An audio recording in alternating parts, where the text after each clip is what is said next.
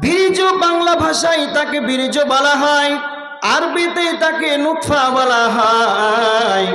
আমার আল্লাহ কেন সৃষ্টির সূচনা কেন জানতে বললেন? যদি আপনার নিজের সৃষ্টির সূচনা জানে, যেটা নাপাক বীজ, সেই শুক্রাণু থেকে মানুষের জন্ম অস্তিত্ব হয়েছে, তার মানে আমার আপনার অনস্তিত্ব থেকে এই শুক্রাণু থেকে আমার আল্লাহ অস্তিত্ব দিয়েছেন। এবার দেখেন এই শুক্রাণু, এটা হলো পানি, কেমন একটা নাপাক বস্তু, যেটা পুরুষ এবং মহিলা মিলামিশা করার পর যখন বেরিয়ে যায়, এদের ফরজ গোসল ছাড়া কোনো উপায় রবে না, সালাত আদায় করতে পাবে না, কোরআন তেলাওয়াত করতে পাবে না। তার মানে এমন একটা নাপাক বস্তু থেকে আমার আল্লাহ মানুষকে সৃষ্টি করেছেন। আমার আল্লাহ কেন সৃষ্টির সূচনা জানতে বললে? সারা পৃথিবীতে যারা ছবি অঙ্কন করে, এদেরকে বাংলা ভাষায় এদেরকে আর্টিস্ট বলা হয়।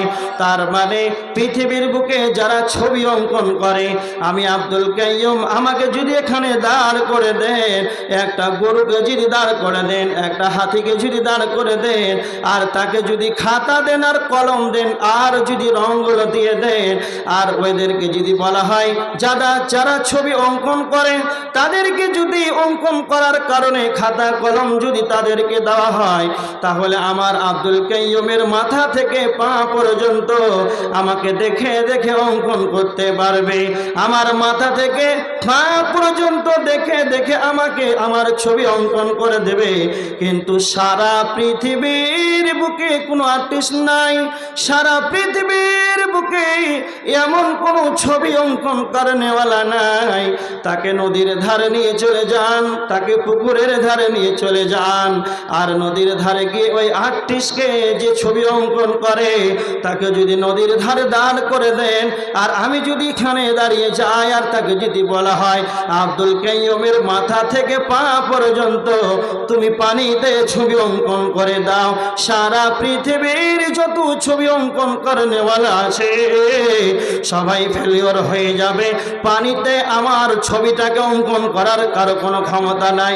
সারা পৃথিবীর যতগুলো ছবি অঙ্কন করেনেওয়ালা আছে সকলেই ফেল হয়ে যাবে।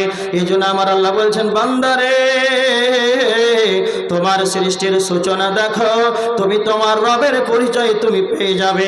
কেমন করে আমার আল্লাহ তোমাকে সেই শুক্রাণু, সেই নাপাক পানি থেকে, সেই পানি থেকে তোমার এত সুন্দর আকৃতি দিয়েছে, পা থেকে মাথা পর্যন্ত সেই পানি থেকে এত সুন্দর আকৃতি আমার আল্লাহ দিয়েছে। আল্লাহ এত সুন্দর করে মানুষকে সৃষ্টি করেছেন। আল্লাহ মানুষকে সুন্দর করে সৃষ্টি করার ব্যাপারে 4 বার কসম খেয়েছেন।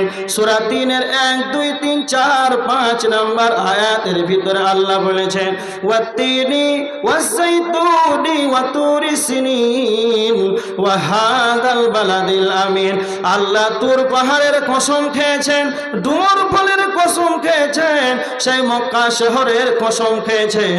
আল্লাহ 3 বার 4 বার কসম খেয়ে আমার আল্লাহ বলেছেন, লাকাদ খালাকনাল ইনসানা ফি আহসানি তাকওয়িম। আল্লাহ সূরা 3-এর 4 নম্বর আয়াতের ভিতরে আল্লাহ বলেছেন, আমি মানুষকে সুন্দর আকৃতিতে, সুন্দর আবয়ব দিয়ে আমি আল্লাহ মানুষকে সৃষ্টি করেছি। তার মানে আল্লাহ কেন সৃষ্টির সূচনা জানতে বললেন? ফালিয়ানদুরিল ইনসানু মিম্মা খলিক। কেন আমার আল্লাহ বললেন প্রত্যেক মানুষকে ভাবা উচিত, চিন্তা ভাবনা করা উচিত সে কি বস্তু থেকে সৃষ্টি হয়েছে। যদি তার পরিচয়, রবের পরিচয় সে পেয়ে যাবে, যদি তার সৃষ্টির সূচনা জানতে পারে। সৃষ্টির সূচনা যদি জানতে পারে, তাহলে রবের পরিচয় তাড়াতাড়ি পেয়ে যাবে। এই কারণেই আগে সৃষ্টির সূচনা আপনি আগে ভালো করে দেখেন। মাইক ম্যান আছে? বক্সের সাউন্ডটা দেন একটু, ভিতরকার, বাইরে কমিয়ে দেন দরকার হলে, রাত অনেক হয়েছে, ভিতরের বক্সটা দেন। তার মানে রবের পরিচয় আপনি কি করে পাবেন? কেন আমি ঘটনা বলছি? হায়াত মৌতের মালিক আল্লাহ। পৃথিবীতে অনেকেই আল্লাহ দাবি করেছিল, এই জন্য যারা বলে লা ইলাহা ইল্লাল্লাহ, আল্লাহ ছাড়া কোনো ইলাহা নাই, এটাই মনে করে। এটা তর্জমা যদি করেন তাহলে ভুল হয়ে যাবে। লা ইলাহা ইল্লাল্লাহ, আল্লাহ ছাড়া কোনো সত্য মাবুদ নাই। কেন? পৃথিবীতে অনেকেই আল্লাহ দাবি করেছিল। কথা মনে রাখবেন, আল্লাহ সুবহানাহু ওয়া তাআলা আপনি কি করে আপনি পরিচয়টা পাবেন? এই জন্য আপনাকে জন্মসূত্র জানতে বললেন। তারপরে আল্লাহ সুবহানাহু ওয়া তাআলা বলছেন যে তুমি যে রবের পরিচয় জানতে পারবে। এবার আল্লাহ বলছেন পৃথিবীতে অনেকেই আল্লাহ দাবি করেছিল, বর্তমান অনেকেই করে।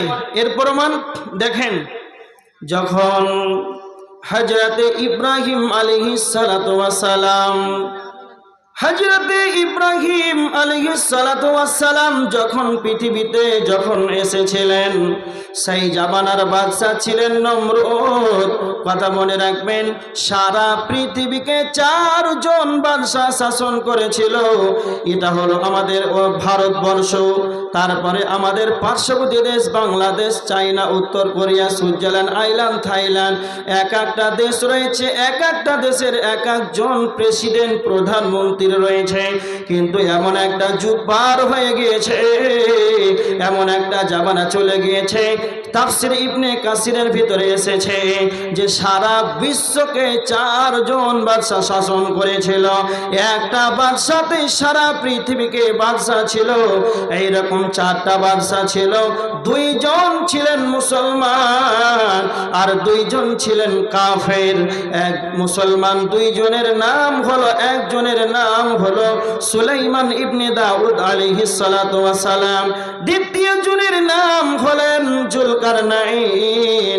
আর 2 জন কাফের নাম, একজনের নাম হলো নমরুদ আর অপরজনের নাম হলো বাখনাসার। আমি কেন ঘটনাটি আনলাম? সারা পৃথিবীর বাদশা ছিলেন নমরুদ। সেই জামানাতে, সেই কালে, সেই যুগে, সেই সময় এসেছিলেন হযরত ইব্রাহিম আলাইহিস সালাতু ওয়াস সালাম। সেই সময় ইব্রাহিম যখন পৃথিবীতে আসেন, সেই সময়কালে বাদশা ছিলেন নমরুদ। বাদশা নিজেই রব বলে দাবি করেছিল, কিন্তু হযরত ইব্রাহিম আলাইহিস সালাতু ওয়াস সালাম কিন্তু সেটা মেনে নেয়নি। এর প্রমাণ আল্লাহ নিজেই বলেছেন কোরআনে, সূরা বাকারার 258 নম্বর আয়াত, ইদ ক্বালা ইব্রাহিম রাব্বিয়াল্লাযী ইউহয়ী ওয়া ইউমীত। নমরুদ যখন বলেছিলেন আমি তোমাদের রব, তখন তার সাথে সাথে জবাব দিয়েছিলেন হযরত ইব্রাহিম আলাইহিস সালাম, তিনি আমার রব, রাব্বিয়াল্লাযী ইউহয়ী ওয়া ইউমীত। তিনি আমার রব যিনি হায়াত দেন, মৃত্যু ঘটান। তিনি আমার রব যিনি হায়াত দেন, মৃত্যু ঘটান, তিনি হলেন আমার রব। সাথে সাথে নমরুদ বলেছিলেন আনা উহয়ী ওয়া উমীত, আমি তো তোমাদের রব, আমিও তো হায়াত দিতে পারি, মওত দিতে পারি, আমিও তো সেটা করতে পারি। এই কথা শোনার পর হযরত ইব্রাহিম আলাইহিস সালাতু ওয়াস সালাম বলেছিলেন আপনি যদি স্রষ্টা হন, আপনি যদি হায়াত দিতে পারেন, মওত দিতে পারেন, আপনি আমাকে দেখান। এবার নমরুদ দেখাচ্ছে ইব্রাহিমকে। নমরুদ বাদশাহ তখন 2 জন ব্যক্তিকে ধরে নিয়ে আসলো। 2 জনকে ধরে এনে একজনকে মারতে আরম্ভ করলো। মারতে মারতে মারতে মারতে একজনকে মেরে ফেলে দিল আর অপরজনকে মারতে গিয়ে ছেড়ে দিল। তার মানে ইব্রাহিম বলছেন, ইব্রাহিম রে দেখ, আমি একজনকে মেরে মেরে ফেলে দিলাম, একে আমি মৃত্যু দিয়ে দিলাম, আর একজনকে আমি ছেড়ে দিলাম, হায়াত দিলাম। আপনারা বলেন এটাকে হায়াত দাতা, মৃত্যু দাতা, এটা আপনারা বলেন? অবশ্যই জীবনে এটা পশ্চিমকাল হতে পারে না। এবার ইব্রাহিম মুখ খুলছেন, তুমি যদি হায়াত দিতে পারো, মৃত্যু দিতে পারো, তুমি যদি স্রষ্টা হও। তারপরে ইব্রাহিম দ্বিতীয় প্রশ্ন করলেন নমরুদকে, ফাইন্নাল্লাহা ইয়াতি বিশ-শামসি মিনাল মাশরিকি ফাতি বিহা মিনাল মাগরিবি ফাবুহিতাল্লাযী কাফার। হযরত ইব্রাহিম আলাইহিস সালাতু ওয়াস সালাম নমরুদকে তখন বলছেন, ফাইন্নাল্লাহা ইয়াতি বিশ-শামসি মিনাল মাশরিকি ফাতি বিহা মিনাল মাগরিবি ফাবুহিতাল্লাযী কাফার। নমরুদ রে, আমার আল্লাহ সুবহানাহু ওয়া তাআলা প্রত্যেকদিন পূর্ব গগনে সূর্যটাকে আনয়ন করেন।